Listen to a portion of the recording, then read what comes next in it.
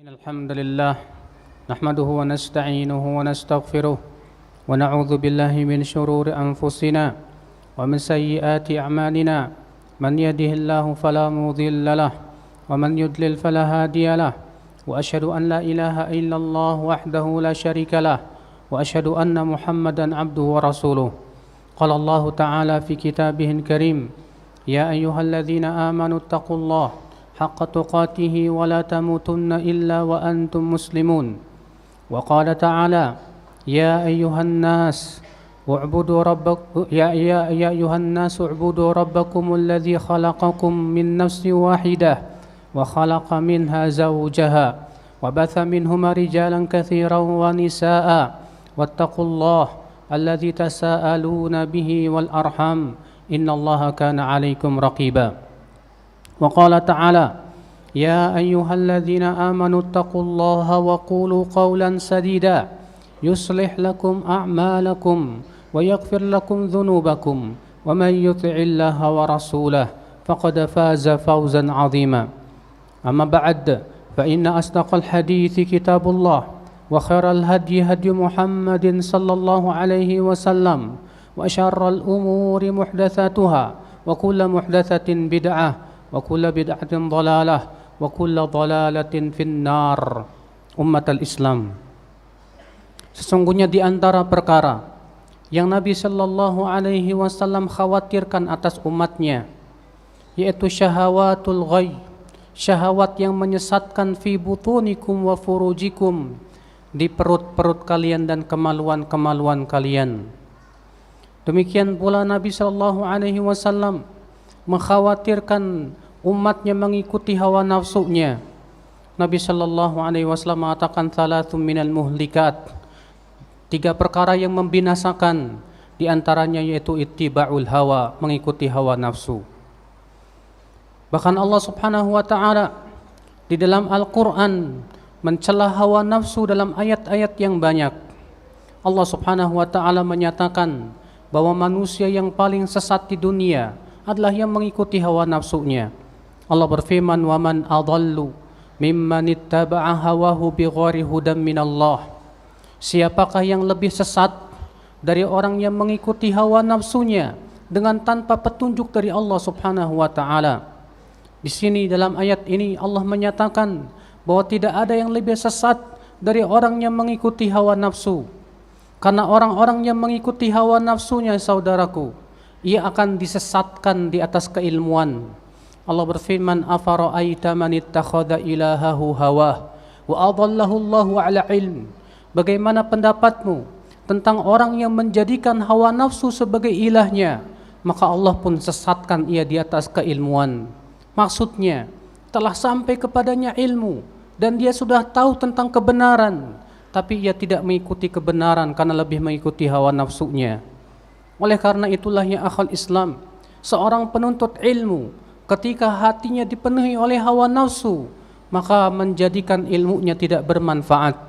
Lihatlah bagaimana Allah menceritakan si Bal'am.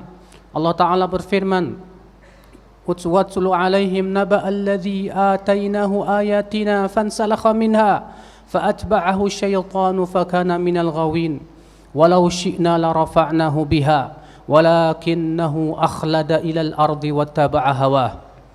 Bacakan kepada mereka tentang berita orang yang telah kami ajarkan ayat-ayat kami, lalu ia lepas dari ayat-ayat kami tersebut, lalu setan pun mengikutinya, jadilah ia menjadi orang-orang yang tersesat. Kalaulah kami kehendaki, kami akan muliakan ia, kami akan angkat derajatnya dengan ayat-ayat kami tersebut. Akan tetapi kata Allah, ia condong kepada dunia dan mengikuti hawa nafsunya. Lihatlah saudaraku, ilmu pun menjadi tidak bermanfaat ketika hati kita diselimuti oleh hawa nafsu. Ketika kita lebih memperturutkan hawa nafsu, maka dari itulah saudara-saudaraku sekalian, siapapun di antara kita yang ingin menjadi hamba-hamba yang taslim, hamba-hamba yang senantiasa tunduk kepada Allah dan Rasulnya, dia wajib membuang hawa nafsunya. Dia wajib menjadikan hawa nafsunya tunduk kepada keinginan Allah dan Rasulnya. Tidak mungkin seorang hamba tunduk dan patuh dengan sempurna kecuali dengan mengalahkan hawa nafsunya. Tapi ketika hawa nafsu itu telah mengalahkan ilmunya, telah mengalahkan dirinya, telah mengalahkan akalnya, maka ia akan menjadi bagaikan binatang ternak, saudaraku. Makanya si Ba'lam itu diberikan oleh Allah perumpamaan apa? Allah mengatakan famathaluhu kamathalil kalb in tahmil alaihi yalhath aw tatruku yalhath. Perumpamaan orang seperti ini seperti anjing yang kalau kamu halau ia atau kamu biarkan ia akan tetap menjulurkan lidahnya. Subhanallah. Demikianlah Allah memberikan perumpamaan untuk orang yang mengikuti hawa nafsunya, bagaikan anjing yang menjulurkan lidahnya karena saking mengikuti hawa nafsunya. Dan Nabi sallallahu alaihi wasallam mengabarkan akan munculnya di dalam umat Islam banyak orang yang mengikuti hawa nafsunya. Kata Rasulullah sallallahu alaihi wasallam, "Tsumma ya'ti aqwamun tatajara fihimul ahwa kama yatajaral kalabu li sahibihi." Nanti akan datang kaum-kaum, kata Rasulullah, yang mengalir pada dirinya hawa nafsu seperti penyakit rabies yang mengalir pada diri seseorang yang terkena padanya, tidak meninggalkan satupun urat, tidak pula persendian kecuali dimasuki oleh rabies tersebut. Saudara-saudaraku sekalian, lalu apa tanda orang yang mengikuti hawa nafsu? Tanda orang yang mengikuti hawa nafsu, dia lebih memperturutkan hawa nafsunya, seleranya di dalam dia beragamanya. Dia tidak mendengarkan qala Allah, qala Rasulullah. Akan tetapi dia memandang baik, memandang sesuatu itu hasan hanya sebatas dengan hawa nafsunya, dengan seleranya saja. Sehingga pada waktu itu ya akhul Islam, yang menjadi patokan dan ukuran kebaikan bagi dia adalah pandangan dirinya pribadi, perasaan saja. Demikian pula hawa nafsunya. Dia tidak lagi menjadikan Al-Quran dan hadis sebagai sandaran, tidak ya akhul Islam. Akan tetapi dia jadikan Al-Quran dan hadis sebatas tameng sebagai untuk pembenaran dirinya. Yang menjadi sandaran dirinya adalah hawa nafsunya. Dia melihat sesuatu dengan kebaikan itu dengan hawa nafsu, lalu dia mengamalkannya. Setelah itu dia mencari dalil yang menyesuai hawa nafsunya untuk membenarkan dirinya, yang seakan-akan orang menganggap dia mempunyai dalil padahal tidak demikian. Padahal dalil pun tidak mendukungnya, namun dipaksakan tentunya. Makanya Nabi Shallallahu Alaihi Wasallam ketika mensifati orang-orang Khawarij, mereka membawakan Al-Quran dan hadis. Rasulullah SAW bersabda dalam riwayat Muslim tentang orang-orang Khawarij itu. Kata Rasulullah apa? Yaquluna min qawli khairil bariyah yaqra'una al-Qur'an la yujawizu taraqiyahum yamruquna minad din kama yamruqus sahmu minar ramiyah. Mereka membawakan ucapan-ucapan sabda-sabda Rasulullah sallallahu alaihi wasallam. Mereka pun membaca Al-Quran tapi tidak sampai ke kerongkongan mereka, kata Rasulullah. Apa yang terjadi? Kata Rasulullah, mereka melesat dari agama sebagaimana melesatnya busur panah dari buruannya. Bayangkan, subhanallah, padahal yang dibawakan qala Allah, qala Rasulullah, tapi dipahami dengan hawa nafsunya, ditafsirkan sesuai dengan pendapat dirinya, tidak melihat bagaimana pendapat salafus saleh, tidak melihat bagaimana pendapat para sahabat Rasulullah sallallahu alaihi wasallam, sehingga ia jadikan Al-Quran dan hadis hanya sebagai sebuah tameng saja untuk membenarkan pendapatnya.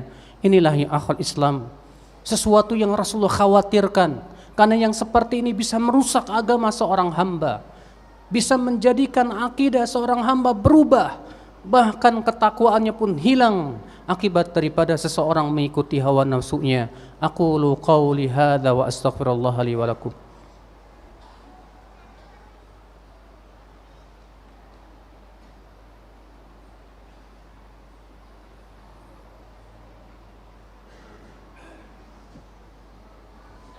Alhamdulillah wassalatu wassalamu ala Rasulillah nabiyyina Muhammadin wa alihi wa sahbihi wa man walah. Wa ashhadu an la ilaha illallah wahdahu la syarikalah wa ashhadu anna Muhammadan abduhu wa rasuluh. Ummatal Islam, seorang mukmin berusaha bagaimana hawa nafsunya sesuai dengan keinginan Allah dan Rasulnya. Ia berusaha untuk menjadikan Al-Quran dan hadis sebagai parameter dirinya. Dia selalu berpikir apakah ucapannya, perbuatannya, amalannya sesuai dengan dalil dari kitabullah dan sunnah Rasulullah sallallahu alaihi wasallam. Ia berusaha untuk mencari dalil. Ia berusaha untuk menjadikan Al-Quran dan hadis sebagai imamnya. Ketika ia mendapatkan dalil yang tidak sesuai dengan apa yang dia yakini, selama ini dia tinggalkan keyakinannya tersebut karena mengikuti dalil. Itulah ya akhwat Islam ciri bahwa dia memang pengikut dalil, dia pengikut Rasul sallallahu alaihi wasallam, bukan pengikut hawa nafsu. Sehingga pada waktu itu dia selalu memeriksa setiap perbuatan dan amalan dia dalam masalah din, dalam masalah agama ini, apakah sesuai dengan qala Allah dan qala Rasulullah sallallahu alaihi wasallam. Ini dia Abdullah bin Mubarak, seorang ulama salaf terdahulu. Ketika beliau tersesat di sebuah perjalanan di padang pasir, beliau mendapatkan sebuah berita, sebuah kabar dari Nabi sallallahu alaihi wasallam bahwasanya apabila seseorang dari kalian tersesat di sebuah padang pasir, maka panggillah para penunggu padang pasir itu, niscaya mereka akan menuntunmu ke jalan yang benar. Maka kemudian Abdullah bin Mubarak berkata, maka aku coba cari-cari hadis tersebut untuk aku lihat sanadnya, apakah sahih atau tidak. Lihat Abdullah bin Mubarak, beliau tidak berani mengamalkan dulu ketika mendengar hadis tersebut, sampai beliau periksa dulu apakah sahih atau tidak. Inilah ya akhwal Islam, tanda orang yang hatinya selamat, kata Al-Imam Ibnu Qayyim rahimahullah. Tanda orang yang hatinya selamat, yaitu dia lebih semangat untuk meluruskan amalannya daripada amalan tersebut. Dia berusaha untuk memeriksa dan mengoreksi apakah ada hadisnya, ada hujahnya, ada dalilnya atau tidak. Bagaimana pemahamannya, sesuaikah dengan pemahaman salafus saleh atau tidak.